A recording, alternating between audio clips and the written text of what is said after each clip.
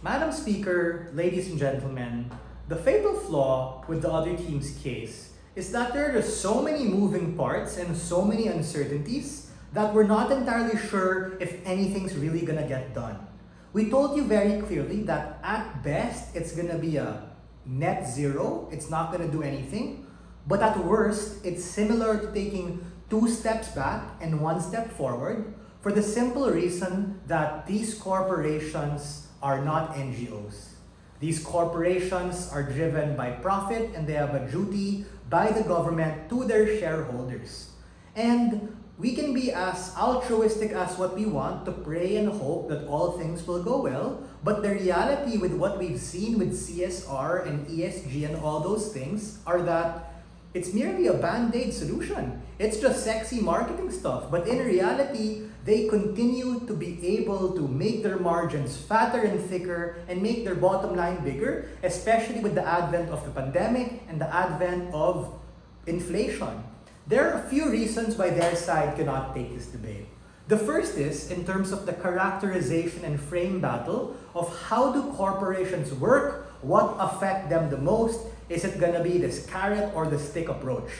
We told you very clearly that businesses, whether you're big or small, operate on a volume game and are a game of margins. Meaning, whether that is $1 or even 1 cent or 10 cents, these all have an exponential effect on their business. That is why they're very price sensitive as suppliers and producers, and their consumers are also price sensitive as well. Which is why we think it's perfect that if we tax them very high to a point at which it starts stabbing them at the margins, is a point in which they're going to have to adjust their production.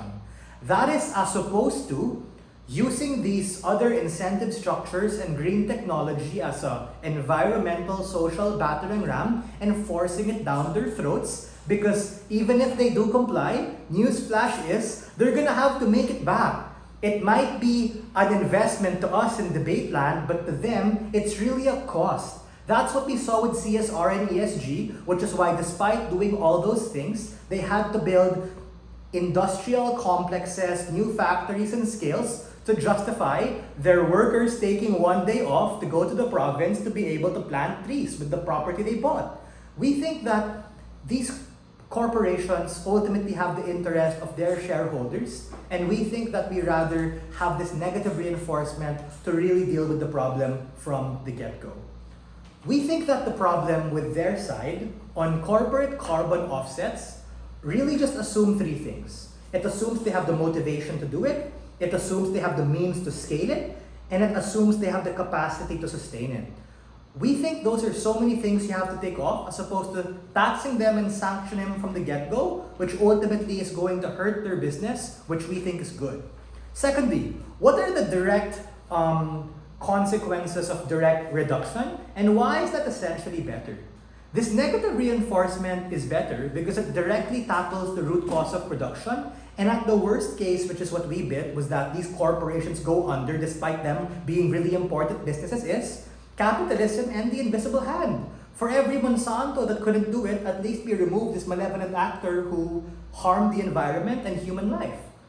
Startups, by virtue of capitalism, are going to find an opportunity to be able to adjust, and given the fact that they're such big contributors to the environment, even if they fail or even if we turn them off, it's a point in which it becomes a win for the environment and a win for the world, because not only are we just net zero, but we gravitate and have a shot at making it net negative, even though it's hard.